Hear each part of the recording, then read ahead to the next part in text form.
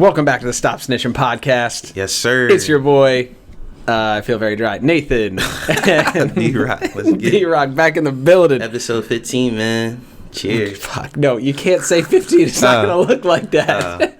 So this is the thing, and I guess we'll ask the audience. I naturally put everything in. Everything to me is an episode number. It doesn't matter if it's an interview. Like, it's still an episode number to me. Just because when we edit it, that's just easier. Yes, definitely in the giant Dropbox file that you have. Well, okay, yes. Okay, so I'll cut this right here. Yeah. Here's the poll. Do you want every episode, like, no matter whether it's an interview or... Okay, so but this is the thing, though. Hold on, so scrap that. Okay. Because when we do the, like... When it comes like the title of the video, I just think it's stronger when it's like the at so and so like interview. You know, so like when they're looking for it, they know it. See, my mind works different because because eventually it's like, eventually we're gonna be a big podcast, so people are gonna catch on, and it's easier for them if they can just go, oh, here's 1, 2, 3, 4. Like, it can be episode 15. Dash. Okay, I was going to say this. Okay, so when we drop which it'll be next. Well, I guess at this point they'll know, right? Okay, so for the past to present one, that's the first one that I'll do. So it'll be the past to present interview, which is past to present, which episode 13. Well, the one that we're dropping today is 11. It's gonna be 12. Oh snap! Yo, every time, like, it's literally every time, bro. Matcha always in here. It's every time. No, yeah. Because what was Ryan's? Oh no. Okay, 13, you're right. Okay, no, that's fair. So I need to edit the one that we're about to put up. So it'd be episode 13 dash the past to present part 2. Oh, you like that? So like episode 13, like a couple forward just slashes, so, like, and then when we have our back catalog, it's like, people can just easily follow along, because then, like, people do that. Like, I'm sure when Joe Budden's podcast got popping, I know for me personally, I like followed it. I was like, oh, okay, like, this is dope. Like, there are 400 something in at this point. Well, here, actually, I'm gonna just okay, no, I may have to go back in because I made or it may just be wrong the one time, but then I'm gonna write the next time. It's the beginning. But yeah, I think it's cool if there's still, every episode is like, every time we do something is an episode, but if it's a special episode featuring somebody, it has their, it's like forward slash and then the name. Okay, I can get with that. But if it's just us, then it has like a title. Like, the one we did was called Japan Treats, which is cool. Okay. You know, so if it's us, it's episode blank title. But if it's an interview, then it's episode whatever, blank, and then the whatever interview. So the episode number is always the first thing. Yeah. So if you're looking for the most recent. Yeah. And then it looks better on YouTube when people search it. They can it looks synchronized. Right. Go from there. Yeah. So that was my thing, but we'll leave it up to them. Because I get your thing of, you want to transfer it back to like social, so you want them to look at the interview and then see their at name clear as day, and then click on their at name. Yeah, because I feel like if I was a guest on something, like, I would like we're featuring you, right? Yeah. Like, I would want you to be the star, like, quote unquote, of that. For sure. But that's fair. Because at least the episode's first. Because you're right. Honestly, I don't know. Clearly, we don't even know what episode it is, so it's got to be hard for. As far as like, since we've been doing it, this is like episode, I don't know how, like, it's episode 15 though, since we started, like, it's episode 15, that's all I know. Yeah, just based off whatever, but regardless, uno. What do we usually do? Bro, you made it. Okay, I'm gonna go 1, 2, 3, down, and then ching. Cool. No, you don't go ching and back down though. Nah, just ching. Just ching. Ching and chug. Ching and chug. Actually, I like that. We got to trademark that. Ching and chug. Uno, dos, tres. Stop snitching. Welcome back. Yeah, episode 15. Whatever, you heard it here first. Well, man, I gotta be honest with you. I'm feeling a little self-conscious today. What's up? Because your shirt's so freaking fire, bro. Present. Hook me up with the Barbra Streisand. Does that angle get the whole shirt? Make sure they see it, bro. That's no, man. He walked in. I was like, is that your whole chest covered in Barbra Streisand's face? Because I got a shirt not from Joe and Matt, but it's Oh my God, Rebel Without a Cause. James Dean. It's just this full face of James Dean. But that's iconic. Dude, that's one of my favorite shirts. Hell yeah. That's iconic. That shirt is crazy. Yeah. They grab. I got so many compliments today. Like, is that Barbara Streisand? What do you know about Barbara Streisand? You're young. I'm like, honestly, my first introduction to her was Meet the Fockers, personally. Like, I didn't know her to be the singer that makes sense, though. When did that come out? Like, 2004, when we were like 8 or something. Like that, like Meet the Fockers was always like one of my favorite movies. By the way, I was gonna say great movie. Yeah, well, Meet the Parents, Meet the Fockers, and then Little Fockers, if you remember. They had 3. There's a Little Fockers? Yeah. Really? It came out in like 2010 or something. What? Yeah, bro. Oh shoot, no, I definitely didn't see that. Yeah, it wasn't that good. But Meet the Parents and Meet the Fockers is a crazy combination. Those are classic, man. Yeah. Those, it's so funny like looking back on those movies now, and I think like that was like such an edgy. Right. I think it's still a pretty edgy title. Yeah, it is. For sure. Yeah, it is. But that's all Ben Stiller movies, though.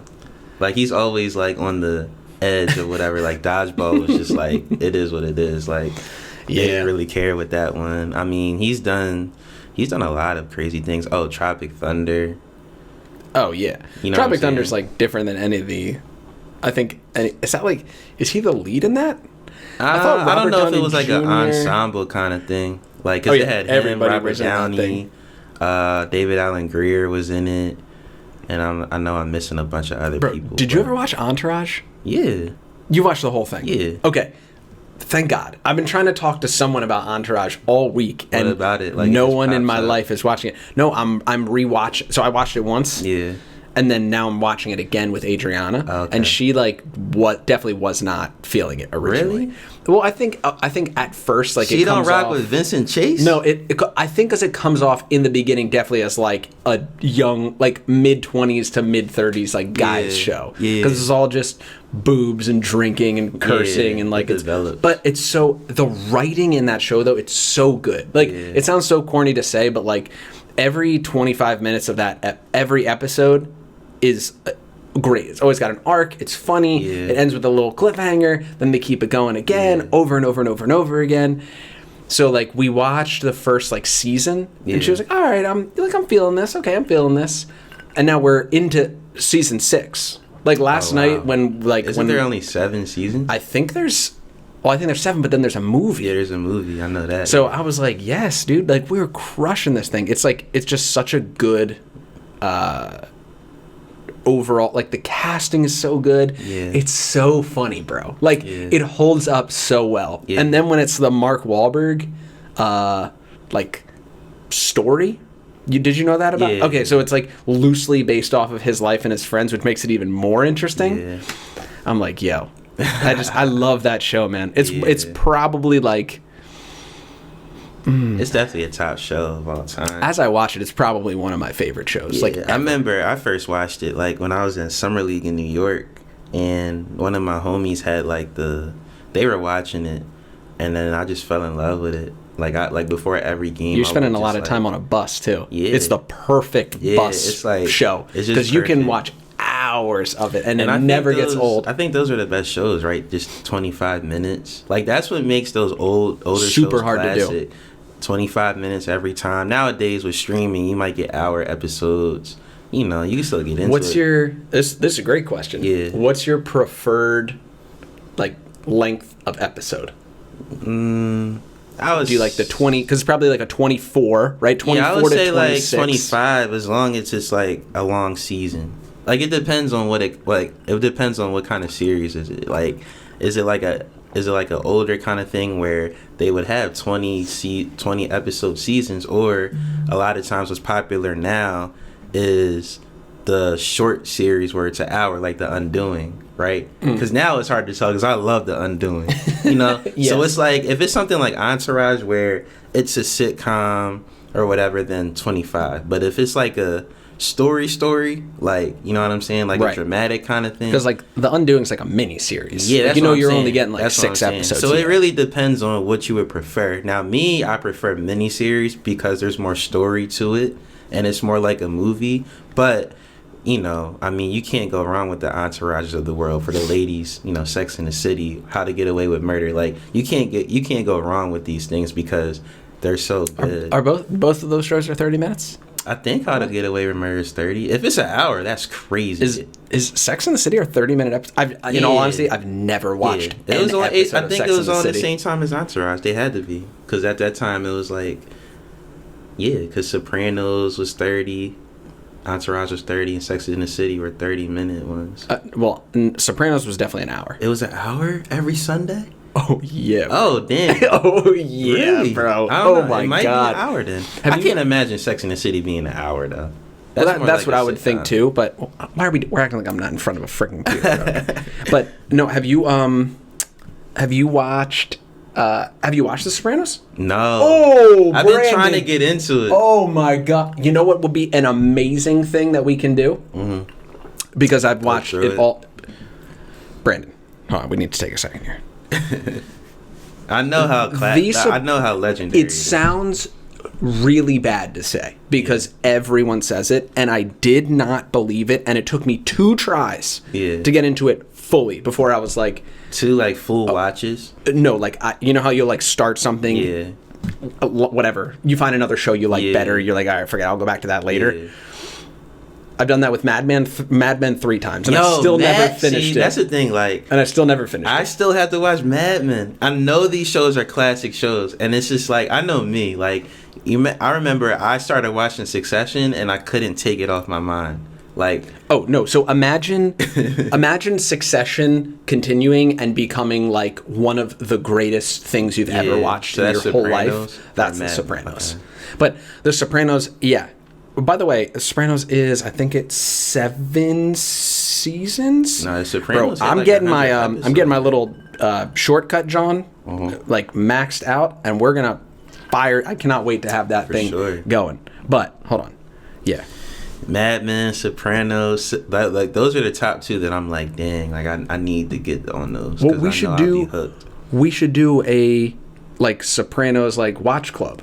Like where, but the only thing is, bro, we'd have to make it. Look at this, bro.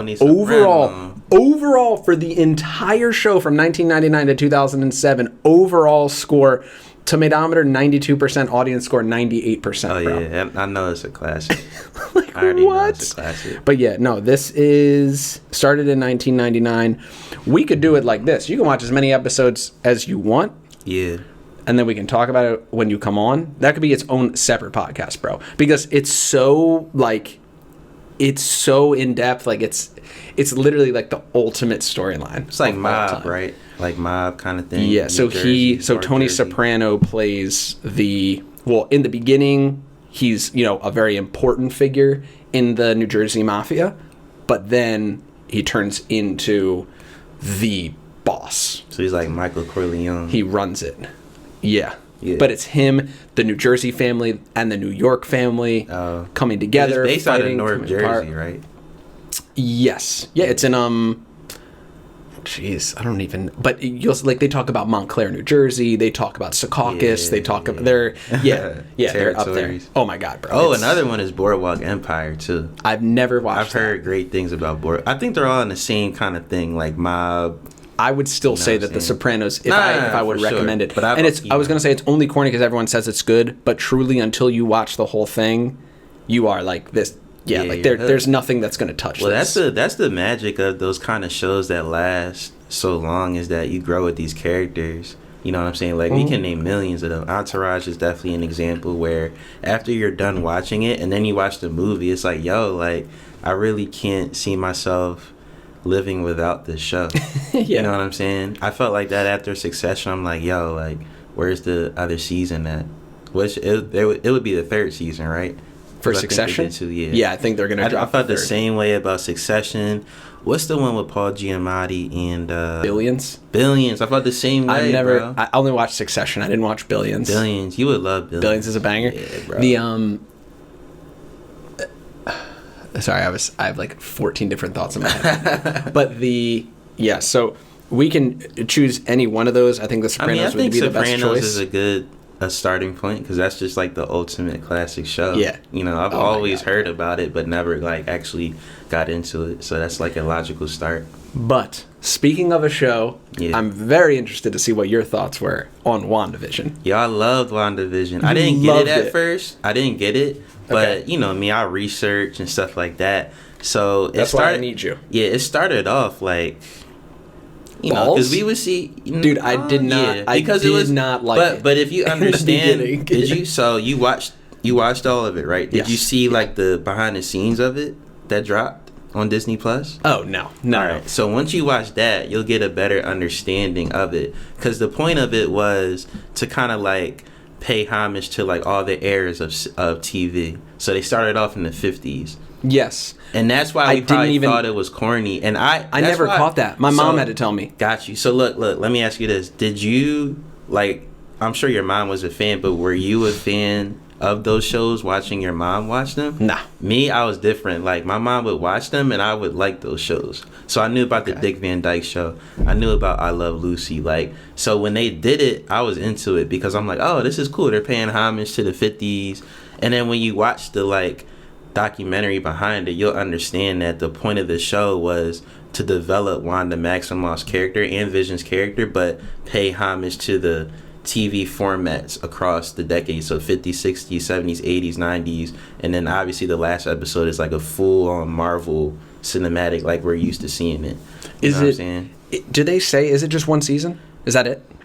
I think so. Because the last episode, once again, I couldn't tell if it was like a play on the show, but the last episode was like series finale. Yeah, so I think it is. I think it was because like her life is over, or I think they're both also going to be in movies coming up in the MCU. So I think this show was to help kind of like develop their characters to the audience more, because they like if you don't read comic books, you don't understand how important these characters are, and I don't read comic books. Yeah, so it's like Scarlet Witch is a pretty big deal. Like, it's not just Iron Man. Yeah, that's like, where it fell short for me, which is my own fault. But I was just like, as like a peripheral fan, there were moments there where like they would drop this thing and then cut to black, and I'm like, yeah, what happened?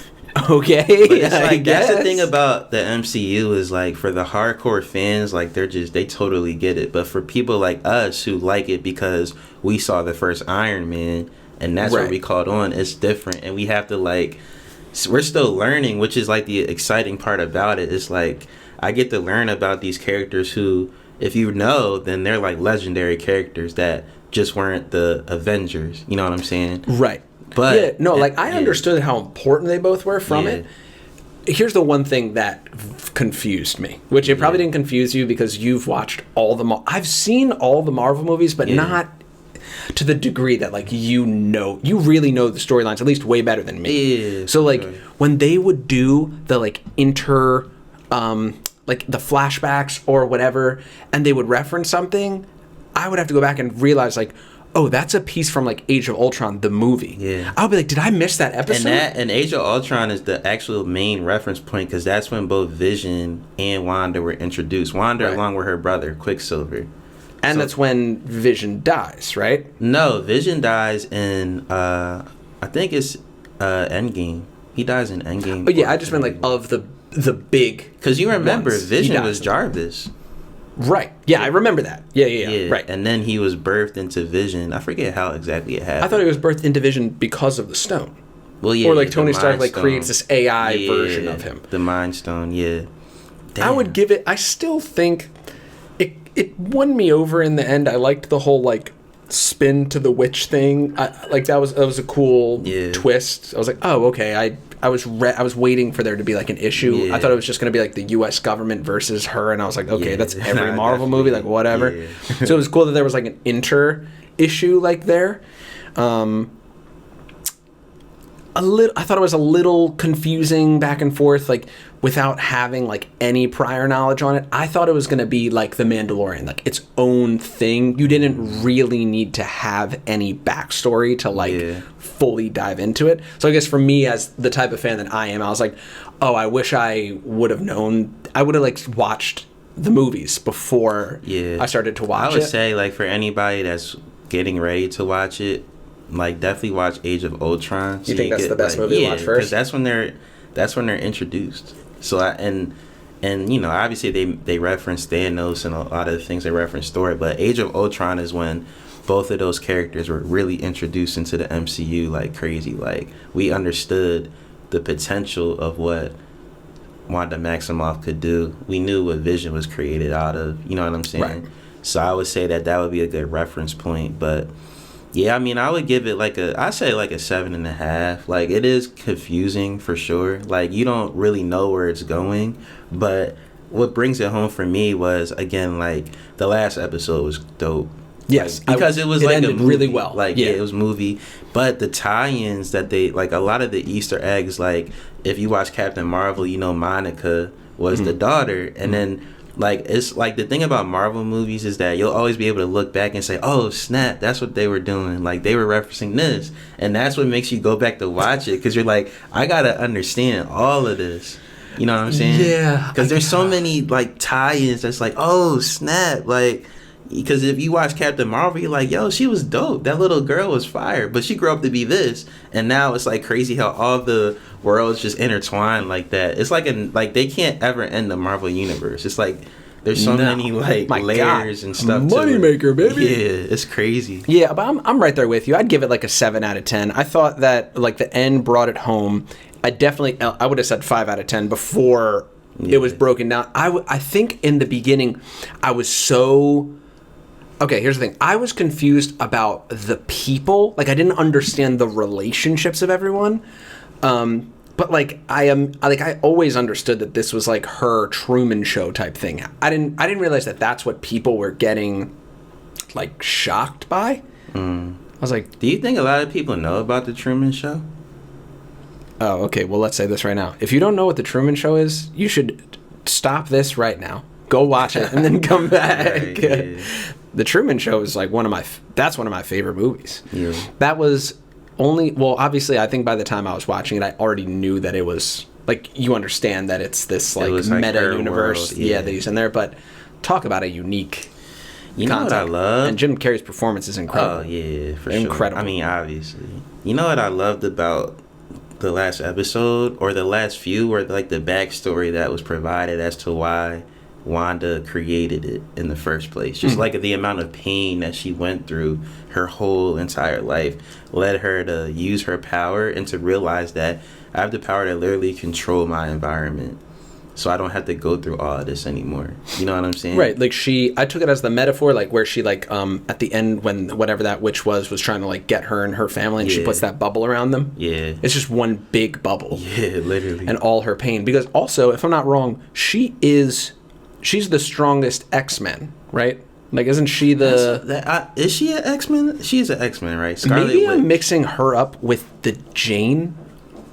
Scarlet Witch. I could see her being an X-Men character. I don't know why that sounds familiar. I thought Storm, you mean, or something? Not Storm. Like, I thought Phoenix. Yeah, isn't that her? Phoenix is X-Men. Yeah. I guess Scarlet Witch is a part of like the Avengers side of Marvel. I don't know. Bro, we're just butchering this. There's so many characters. Wait, Phoenix is definitely X-Men though. Scarlet Witch. No, yeah, this must be a separate thing because this says they're two different people. Yeah, Wanda Maximoff, the Scarlet Witch, is a fictional superhero in the comic books. The character was created by Stan Lee and Jack Kirby. Her first appearance was the X-Men number 4 in the Silver Age of comic books. So she might have been but I'm not sure. No, but I guess she must be, because if Pietro Maximoff is the Silver Surfer. Yeah, Quicksilver. Then maybe they're all wrong. See, this is what I mean. There's far too much shit going on. There's definitely a Phoenix and there's definitely a Scarlet Witch. I don't know if they're the same. What is that John called? X-Men. Yeah, I was like, because I always thought that Phoenix. X-Men, the girl, Jane, I thought she was the strongest. Jean Grey. And Cyclops was in love with her, and she had all the power. She was the ultimate control. The crazy thing is they're all created by Stan Lee and Jack Kirby. So it's like... Yeah. So they're both just sitting there like, we don't really care, bro. Yeah. So I think they're two different people, but they're kind of like the same entity or whatever, in my opinion. Because that... Phoenix is Jean Grey and Scarlet Witch is Wanda Maximoff, but they're both redheads. They both have these crazy witch powers. Exactly. That's why I'm like, I don't know. But I mean, it's. I think again, going back to the point, it's like that's the beauty of any Marvel piece of content. It's like it's gonna make you just like go down the rabbit hole of figuring out who these people are, how they're connected. Then you realize they're all connected, and that's why they are who they are, because they can just keep I have to believe that, like, these people together. In the Marvel studios, like, there has to be a room with a guy who has, like, the whole storyline. Like, the writers. So? You think they know the whole storyline, or are they just like finessing? I'm not saying they know the whole storyline, but I'm saying outside of Kevin Feige, right? Yeah. There's got to be someone that knows like all the past. Like, so if they're writing WandaVision, how many writers does Disney have to call in so that they can reference this correctly and be like, okay, so what do they know from where, from what? Okay, and then like the writing process must be the hardest thing ever or the easiest thing ever, because you must have just like either super nerd fans who are just like OD on their shit about this. I know they have just like, jobs how do you even start to write like, this? yo, it's crazy because Disney Plus also has this thing called Inside Pixar and whatever, where you just find out there's these jobs that you would never think existed, like these super specific jobs within Disney. Oh, like what? I didn't watch that documentary. Like, it's like a series, so it's like I don't know, bro. Like, I'll look it up, but it's just like these jobs that like aren't your typical jobs. They're like so specific to a specific movie at a specific time. Oh, okay. You know what I'm saying? That's how deep Disney is with everything that they do. Well, I'm sure it's because there's just so much knowledge that you do need, like, you need many, like, experts on all of these things to push it forward, push it forward. And that's exactly what it is. Like, this one's called Inside Pixar, and let's see.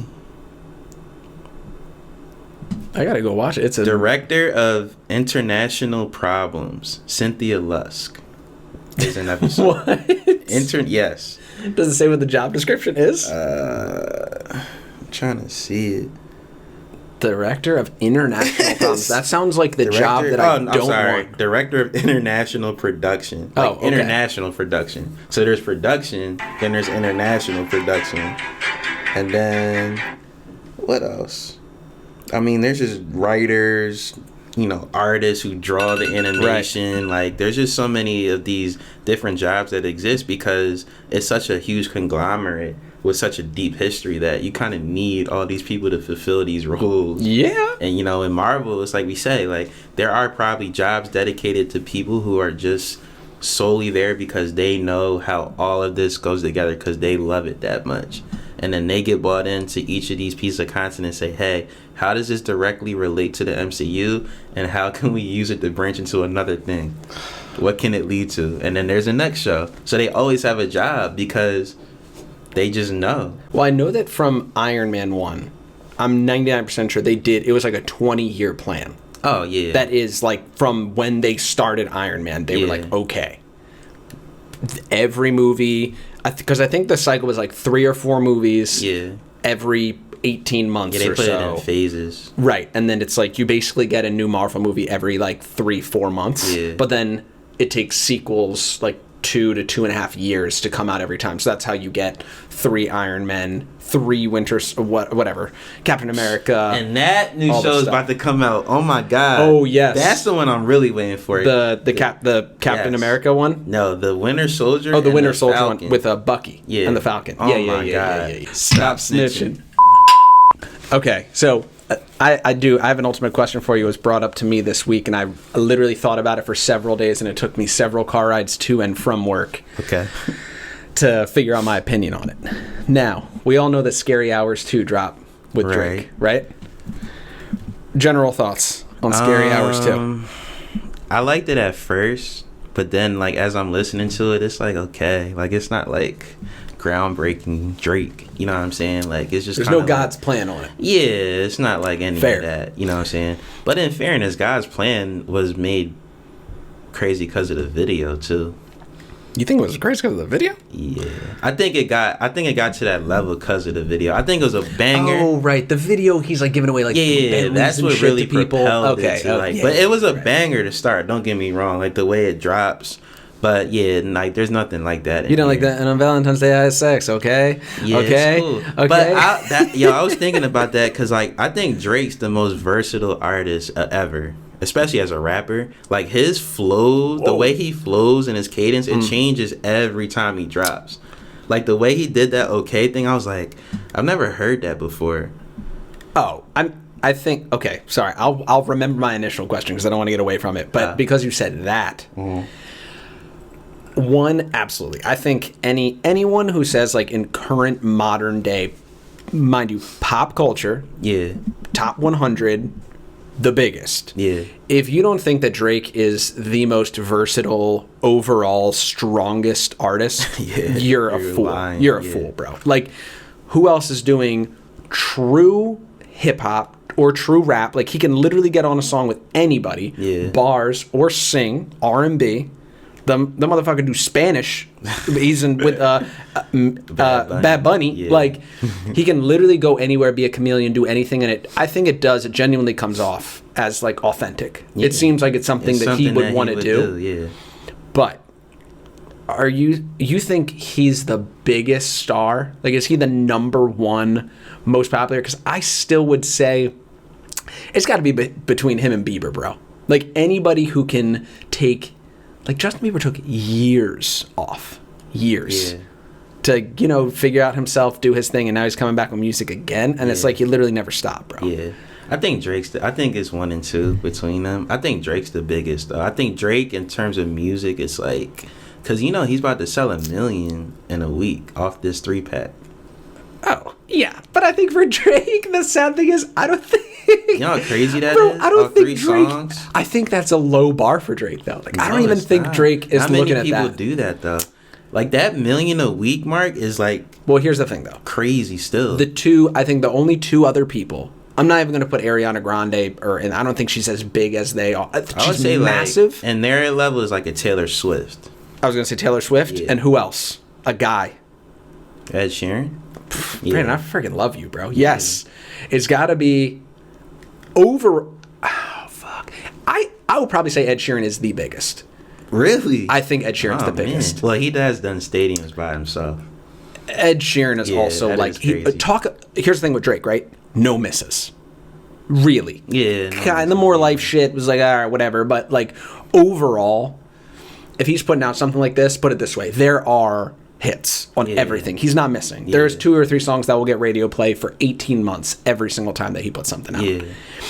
I think Taylor Swift is big. I don't think she has the audience that the other ones have. I think she has her Swifties, and that's her fans, those people. Yeah. But like Ed Sheeran, songwriting, incredible. Musician, incredible, talented. I would say it's almost like him and Drake. Maybe JB's like second. Yeah. I mean, I think because we haven't heard from Ed in a minute, it's tough. I think he doesn't need to, bro. Yeah, that's the thing. Like, every album, bro. His Divide album is diamond, bro. Yeah, that's just sold 10 million copies. But Cardi B is also diamond. So like, is it what like album's diamond? Not her an album, her single, but oh no, I mean his album is not like Michael Jackson numbers, bro. Yeah. Like insanity. I don't know, but I mean overall, I think Scary Hours. What is it, 2? Yeah, Scary Hours 2. It was cool. Like again, like when anything Drake first drops, you're like hype, and then you keep listening to it, and then you're like, well, it's like it's kind of safe. Like he goes, what's next is like the banger, whatever. Obviously the Wants and Needs with Lil Baby. It's a Lil Baby feature. Everybody's on Lil Baby top right now.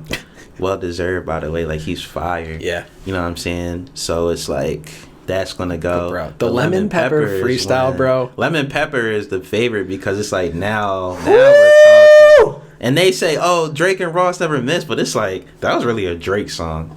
That wasn't really like Ross's John was tough, but Drake went off for that's what I'm minutes, saying, bro. That's what I'm saying. 4 like minutes, Drake, no hook. Yeah, and that's what got me excited because I'm like, oh, like he's getting better with this rap and stuff. What? So it's just like crazy. So that was my favorite song that of the 3-pack. Which leads to my question. Yeah. So of his freestyles. Yeah.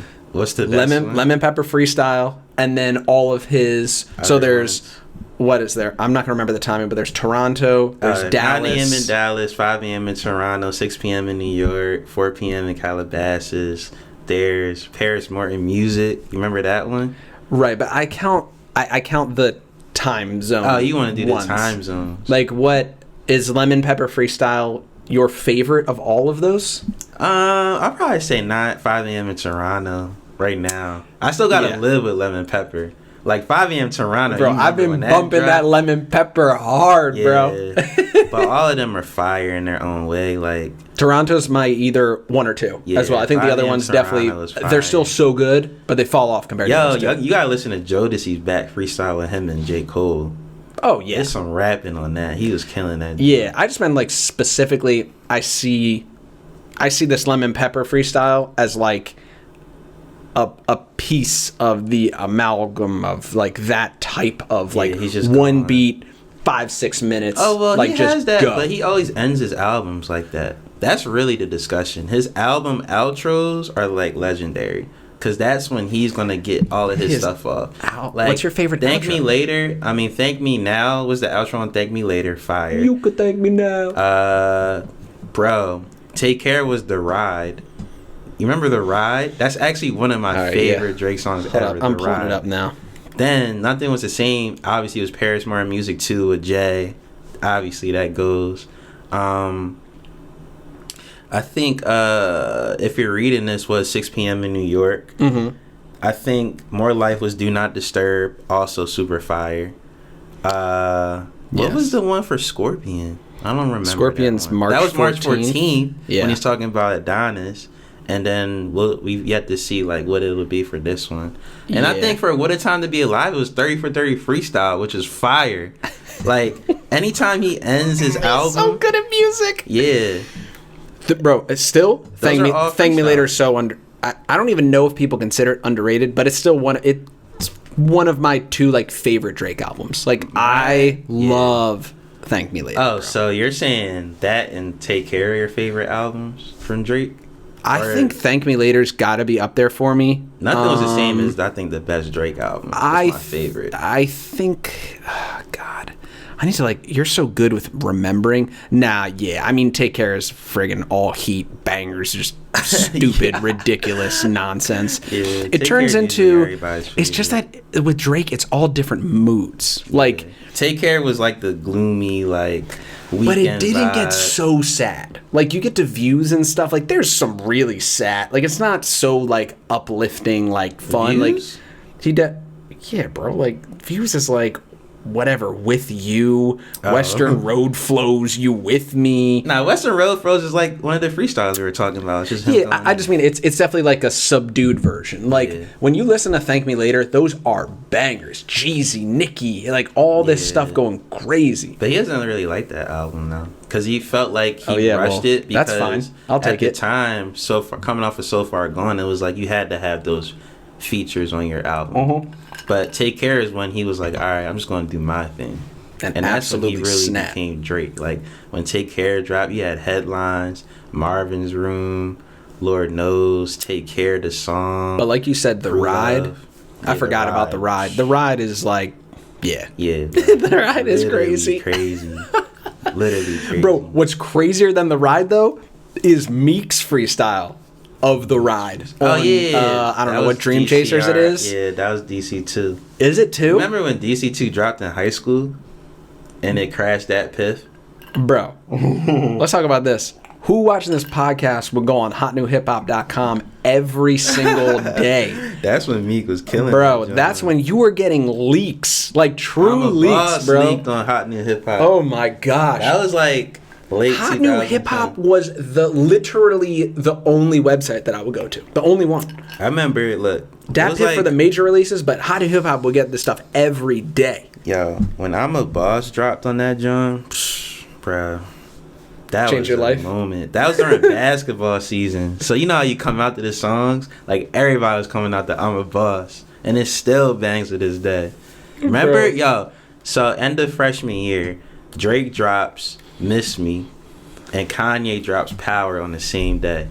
towards the end of our senior year in high school. Yes, in June. Jesus, I remember. You just know this stuff in your head. Yeah, I just remember their moments in time. Their moments in time. You know what I'm saying? Because it was like, dang, Really? Miss Me was hard with Lil Wayne, but then Kanye dropped Power, and I was like, oh snap! And we didn't know that was going to lead to Dark Fantasy. I would. You remember that album, I would take Rollout, Power, and then Good Fridays, and then Dark Fantasy? What? You remember that? Bro, we're not... Bro, come on. If we got to figure out how to live stream so that we can do a whole Good Fridays listening party, bro. I mean... That is... Everyone listen to me. The Good Fridays moment is like... I don't even know how that's not considered like hip-hop history, bro. It is. How does no one talk about it? One, how does Kanye not own all of it and have it on freaking Spotify, bro? That's what I was gonna say. Because people are doing that now. They're doing that. He should, if Kanye was smart, he would release that as like an EP. Yes. All the Good Fridays, Johns, and it would go crazy. Bro, Looking for Trouble. Yeah. Is I can't. I think it's the verse that J. Cole does at the end of that song, where he goes a cappella for a good 90 seconds. Yeah. Bro, that and Christian Dior Denim Flow. Oh my god! Christian Dior Denim Flow is the one. What, bro? Who's on that song? Raekwon, Kid Cudi, him, Lloyd Banks, Pusha. Are you serious, bro? Oh my god, Monster was in that. So Appalled was in that. Like, think of all the legendary tracks that were just in that rollout. I'm Christmas so in Harlem was in that thing too. Christmas in Harlem was in that. Oh my god! What do you think? Like, does he not own that? He does. How does that not come out? I don't know. He definitely does. I just think he's. I don't know, man. I think he should. He just doesn't care. Yeah, I don't know. He probably forgot about him. You know how. How is that possible? But I was thinking, I'm like, yo, if he dropped these as like an EP and re-released them all just for a package deal, it would go crazy. I wonder if it would have the same effect because, like, I don't know if like Javier and Gabriel, like my cousins, like, I don't know if they would be so into that now. You know, like it's one of those things you had to with be like there. The Pooh Shiesties of the world now. It's like I don't know if that's the lane for hip hop now. Good music is good music though. When people hear Christian Dior Denim Flow, they're gonna go crazy because it's fire. Like it's one of those moments where you had to. We're gonna there. Bang the shit out. That was one of the best times in hip hop around that time period when Drake was like coming up still. Like he wasn't like he was Drake, but he wasn't like. You had mixtape Big Sean finally like, famous, bro. People were on their come up and they were hungry. It's mixtape French Montana. It's a difference, bro. Yeah. That was a time in hip hop. Ain't nothing more important than the moolah. That song is hard. Kanye and Hov were still like top, like even in like they're always top, but it's like they were like that was Watch the Throne time. That's when Nicki was coming up. That's when Wayne just got back home. Like think of all the hip hop music that was coming out at that time. Now it's different. It doesn't feel the same. It's like Lil Baby got it right now, but it's like the only thing that disturbs me about Lil Baby. That disturbs you. It's not because he's dope, but it's like all this stuff sounds the same. It's like he has the same flow on everything. But people say that about Drake, which is wrong. No, there's no way. No, they can say that. They say it. They're wrong though, but they do say that though. But Lil Baby's like apparent, like he has the same flow every time. Well, here, tell me if you agree with this. I think it's that the hip hop nowadays, it's a cadence. It's like it doesn't really matter what they're saying; it's their voice. Like. Future revolutionized this thing along with Young Thug, where it's not necessarily about what you're saying. It's that you can make your vocals into the beat. Like you sound like this, and that's what they all do. What separates Future and Young Thug from a Lil Baby is that Future and Young Thug experiment with the flow. Like Lil Baby right now has sounded the same since. I can't believe he's getting a bag. I know, but it bothers me because it's like you got all this potential, but you're sounding the same on every track. I said the same thing about Da Baby, but he's recently changed my mind because now he's switching it up, which I appreciate. Before, everything sounded like Suge. Which is a banger. I know, but it's like, as somebody who's, we grew up listening to Kanye, who from album to album, it sounded completely different every time. Jay, same thing. Drake, same thing. You're getting different vibes from these top artists. Lil Wayne, same thing. Yeah. Now all of a sudden, it's like, how long can I stay in this one pocket? Because the attention span of the consumer is so short now that it doesn't matter if you sound the same. You just need like a quotable bar, and now it's just gonna go on social, which Drake kind of invented. The like quotable bars on Instagram and Facebook or whatever and Twitter. Yeah, bro. Drake, there's nobody that does that better than Drake. No. Like he specifically writes lyrics so people can. That's why I laugh about the what's next thing. Like I was listening to that as the first one, be like, okay, what's the bar? Like, what's the bar gonna be? What is it? What's the bar gonna be? And then like, on Valentine's Day I had sex, okay? Yeah. Okay? I'm like, bro. You know who used to be like that? And we were young, but Fabulous used to be that kind of rapper. Where Fab would take a pop culture moment and then turn it into a bar. Like, that was his Fab stick. got. Yeah, he was always like, he's Bars, going to take the top moment and turn it into something. And that was going to be the Fab bar. Drake has done that times 10. It's like every song is going to be, there's going to be one bar in there that's like, all right, like that's going to, you're just going to see it all over the place on Instagram and stuff. What was the last one? Oh, I only love my bed and my mom. I'm sorry. It's like, he's a genius, bro. He's a genius. I don't even know if he knows it. What, like, knows, Drake? Like that. It must be conscious. Like, he has to know that, like, when he's writing this, that's a Drake bar. Yes, bro. He knows. Trust me. That's why he does it. That's why the song. That's I would why do anything to be in a studio session with him and 40 to watch them like create and make something. Yeah. It must be so wild. 40, you know what? 40's production is more his albums. You don't really see him on the big singles. Like, I'm sure he mixes it, but like Drake's big singles are usually like Boy Wonder, something like that. 40 is the one where he'll do the album cuts that like are our favorite records. You know what I'm saying? Like, he's more of like, he's 40 is like the So Far Gone sound, the like, you know, the melody, the atmospheric sound. But talk about like such an asset.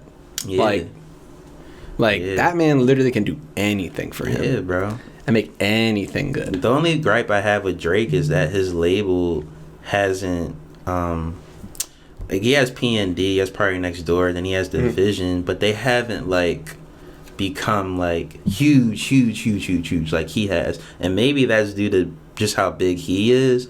But then I think about people like Lil Wayne when he did Young Money, and now they're all just like the biggest things ever. Like, it's definitely more Ross. Yeah, like Ross is like a type where he's big, but MMG blew everything. Yes, that's what I'm saying. So I always wonder why Drake can't do that. Is he not built for like that kind of thing, or is his star just so big that it's hard for... I think it's that, bro. I think that Drake, it's incomparable. Like, all those people that you just said, like, and he gives so much credit to Lil Wayne, he will go down as a bigger artist than Lil Wayne. I think he's now a bigger artist than Lil Wayne. Lil Wayne was the biggest artist. Yeah, but Carter 3? But Drake's been bigger than him for longer. I know. Well, yeah.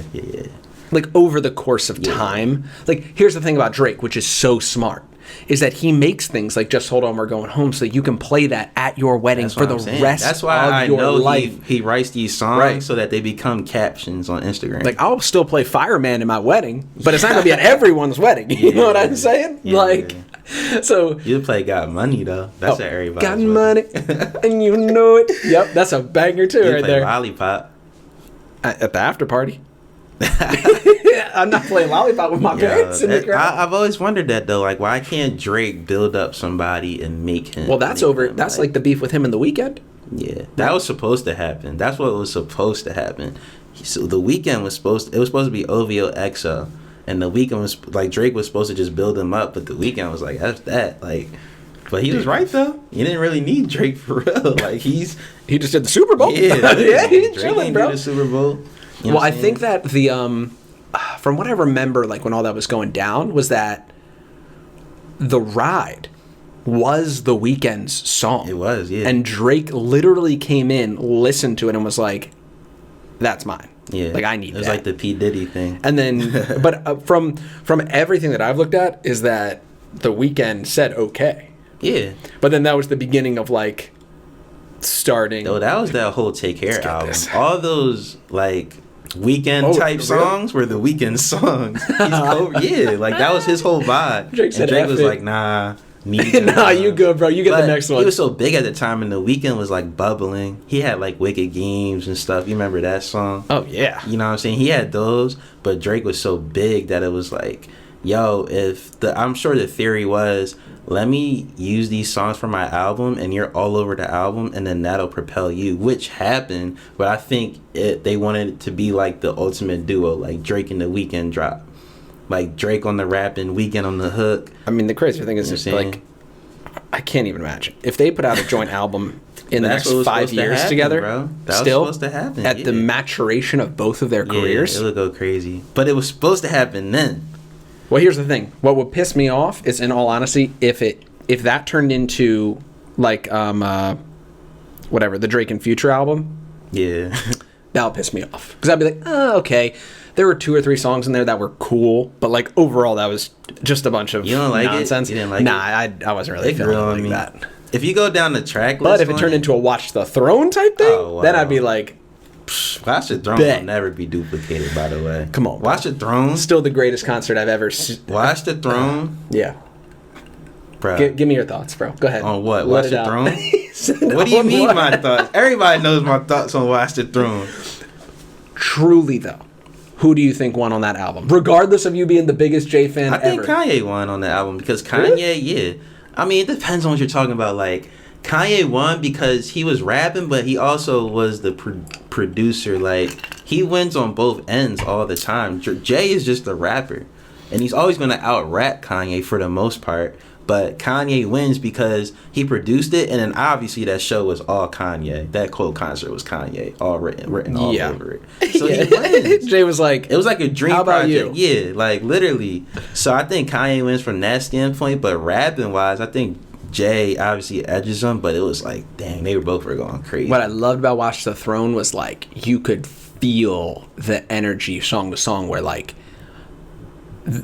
Both the reason that thing came out is because both of them felt like they had won on every track. Yeah, that was like, because at that point they were like here. Yeah. Before it was like, oh, Jay, big homie, I'm trying to. But now it's like, especially that's after Dark Fantasy dropped. And I've been thinking about this for years, and this is like a rap nerd podcast episode right now. Yes. They totally went that way. This is great. But yo, Kanye's rollout for that whole 2 years, 2010, 2011, I think is the greatest in history. Between the Taylor Swift moment, right? Okay. That was like 2009. Okay. Then he took the hiatus. He came back, and he was on like Rick Ross, Live Fast, Die Young. He did that. Then Power drops. You remember the Power video? Mm-hmm. That was like an art piece. It's like that 5 minute, like it just panned out from his face. Then it's Good Fridays all the way leading up to that. Then it's the album, Dark Fantasy. Then he did the movie for that album. Then YouTube movie, by the way. Yes, at the same time he's doing Watch the Throne. Watch the Throne comes out that next summer. And then they go on the Watch the Throne tour. And then after that he does the Good Music album with Click and all that. Like, come on, bro. Are you serious? This is all within like 2 years. God. This is all 2 years of time after he was quote unquote canceled, and then he just like drops a bomb on everybody. It is, I forgot that was at all. God, I mean, the Taylor Swift thing is so iconic, but it is talk about a redemption story where like you don't have to like him, but he just said he earned their respect. You could hate me. But you will love this music. Yes, that's exactly. Like, he said it himself. Dark Fantasy was like an F you to all the fans. It was a slap in their face. It was like, oh, y'all think y'all canceled me, but when I drop this music, y'all all gonna be back on. And it happened. He won every Grammy. He was making music. He did a joint album with his idol, with Jay. You know what I'm saying? Like, all this while also at the same time putting his label on that next summer. Like, you know what I'm saying? Like, just think about that, bro. I've never seen anything like that in my life. Like, now we need to just, like, only play endless music now. Yeah. I feel like we got to go back and listen to all this. Yes. That was the time in hip-hop, man. And it makes you miss it because now it's so watered down. It's like, all right. Like, I love, like you said, I love the Lil Baby, Da Baby. I love Pooh Shiesty. But it's like, it's not the same, though. No. Musically, it's not the same. You know that if Ye or Drake hopped on Pooh Shiesty's, whatever that song is, like, it wouldn't be the same. Well, it's so hard to say that, like, Drake, like, culture vultures off of these people. Like, he definitely revolutionized that idea of, like, you can find someone who has like truly a hot song in the streets, like a very niche like sound. Migos, yeah, like Versace. With the Migos, for real, like Versace, like who knew that? No one knew that song. Nobody cared about the Migos back then. Yeah, bro. I don't care who you are. No one was like, oh yeah, I was listening to Versace by Migos independently. Yeah. No, you were not. No, you weren't. Then Drake comes out with this, and then all this other stuff bubbles up. It's like, why would you be mad about that? Like, for hip hop in general, I think people just hate. He did that with Lil Baby. Yeah, he did. Remember, he jumped on that John. He jumped on Yes Indeed, and he jumped on the Lil Baby and Gunna album. And how are they doing? Yeah, I know. Pretty good. So, I mean, but people that hate on Drake are nobody in the industry. Everybody in the industry is like, yo, Drake is that boy. Yeah. Like, it's just fans that just don't know any better and don't realize, like, how crazy this man is and what he does. But, damn, you know what, man? This gets me thinking, because I wish Young Money could have done, like, an actual album. I know they did the one album. Yeah, I was going to say with Every Girl and Roger That, but it was like, imagine them doing that when they're at the height of their powers, not when they're just coming up. Hold on, I'm going to pull this up before we go. Young Money. It's called Young Money. Steady Mobbin'. That was the song, Gucci. Bro. That was the song, bro. Baby Steady Mobbin'. The We Are Young Money 2009, bro. Yeah. These are still all bangers. Roger Gooder. What? Pass the Dutch. Bedrock. Yeah, remember all that? Roger That, Steady Mobbin'. Bro, like, yeah. But they never were able to do it again at the height of their powers. Like, I never understood But that. I think it's... but I only think it's because they all got too big. Bro, you gotta think, after that... Kanye and Jay did Drake, an album. Nicki Minaj, Tyga, Wayne... No. Even fucking Gutta had some clout after they that, could have bro. done that. I'm sure they regret Lil that. Twist? Yeah. Have Little Twist, bro. What Little Twist song do you know? Bro, hold on. Hold on. I can't name you the song, but I did have a couple Little Twist songs in the bag. Right. I'm sure you had a Little Chucky song too, right? No. No one was fucking with Lil Chucky. Oh, okay, gotcha. Like I said, it was Drake, Lil Wayne, and Nicki. That's what we wanted to see. Bro, and Tyga? Oh, Tyga too. Okay, all right, okay. But the reason that Kanye and Jay did Watch the Throne was because they thought them three was going to drop a similar album. They were supposed to go at it. They ducked the smoke, bro. They ducked the smoke. Kanye I would too. It. He was like, yo, these Drake and them coming up. If we going to do it, we got to do it now. And then they never did it. I don't know why. They should have did that thing. I think they should have did it each after Thank Me Later for Drake and then after Pink Friday for Nicki. They should have dropped that. They should have like took in like a month and just locked in and then dropped the joint album together and then went into their second albums. Imagine that rollout. Because Wayne drops Carter 4 in 2011. And go from there. They could have did it. And they could have been like there. I don't think it would have been in comparison, bro. Nah, but still, it would have been a moment, though. Either way. It would have been a moment. Now I think it's like too late. I just don't. I think it would still go crazy, but I don't think it would be the same now. It's just unfortunate, missed opportunities in hip hop history, man. That'll be the title of this one: Missed Opportunities of Hip Hop History. Yeah. Stop snitching.